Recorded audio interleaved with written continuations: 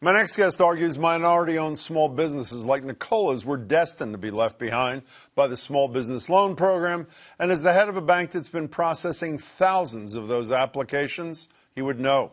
In a Boston Globe op-ed he co-wrote yesterday, Eastern Bank CEO Bob Rivers says minority-owned business enterprises were disproportionately left out of this crucial opportunity.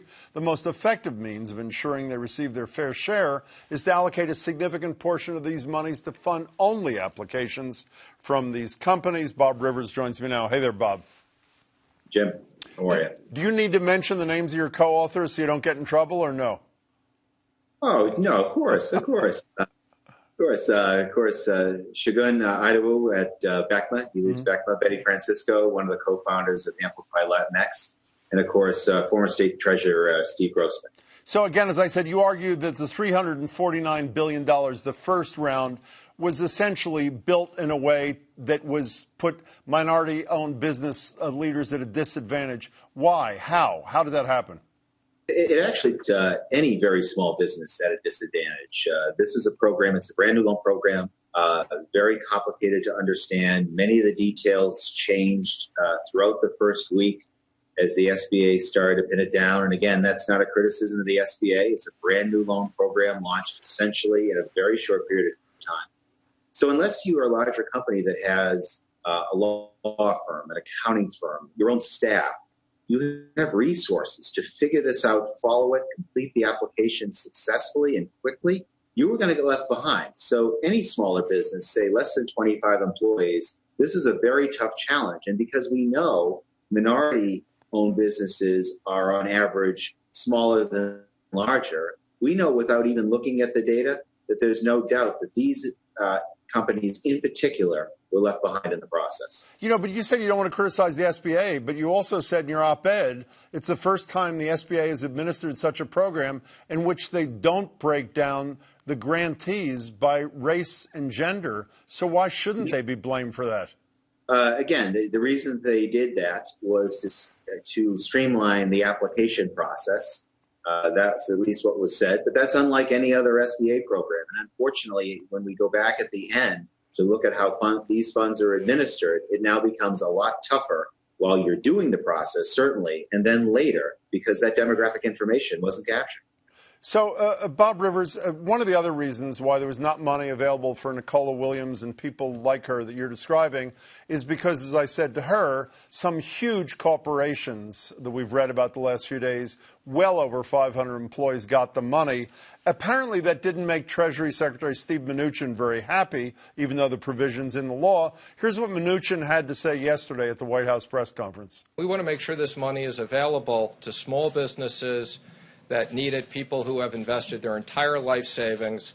The intent of this money was not for big public companies that have access to capital. There are severe consequences for people who don't attest properly to this certification. Well, hearing that, you would assume in the next $310 billion the Senate approved, they disallowed such loans. They didn't, did they?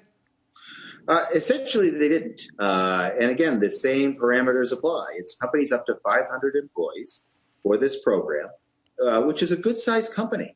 And again, if you're a larger company than a smaller company in that range of 1 employee to 500, you're by definition going to have more resources to get through the application process. So there's no doubt in this next round, there will be a bias towards larger companies in the pool because of that fact. And unless monies are dedicated to smaller companies at the source, not in the distribution system, the same thing's going to happen again in the second round.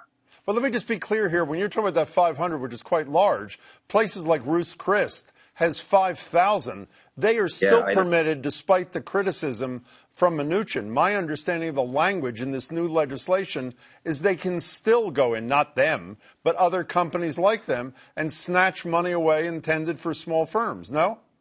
Yeah, that's true. But again, I'm not sure how Ruth's Chris and some of those larger chains got through, because again, it is 500 employees, and that is firm. So obviously they've figured out some nuance in the system to apply.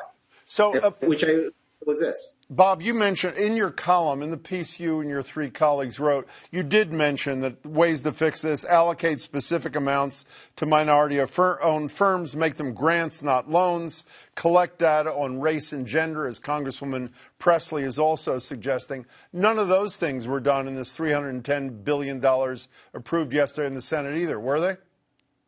No, not in certainly the way that we articulated it in the op-ed. What was done was of the 310, 60 billion was allocated towards generally smaller banks, 30 billion to banks 10 to 50 billion, and then another 30 billion to banks lower than that, as well as other community financial institutions. So what they did was put a fence around monies that could only come from applicants from those particular organizations.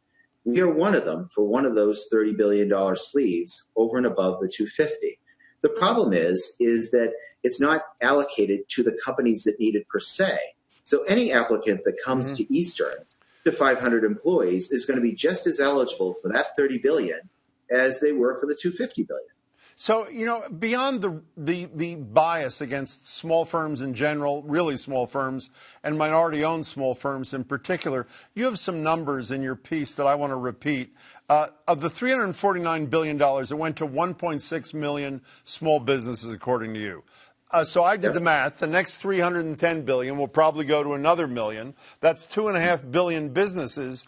You say there are 30 million of those businesses. So by definition, people like Richie Neal, who was on a radio show the other day, the chair of the House Ways and Means Committee, said we don't need 300 billion more. We need $1 trillion more. Unless there's that kind of money, the reality is that most of these small businesses are still going to be left out in the cold. Absolutely. And Chairman Neal is right. This program was underfunded from the beginning, and it remains underfunded. And this new allocation of $310 million, Jim, will be gone. We're taking bets here at Eastern, whether it's 2 days or 10 days, but it's going to be gone quick.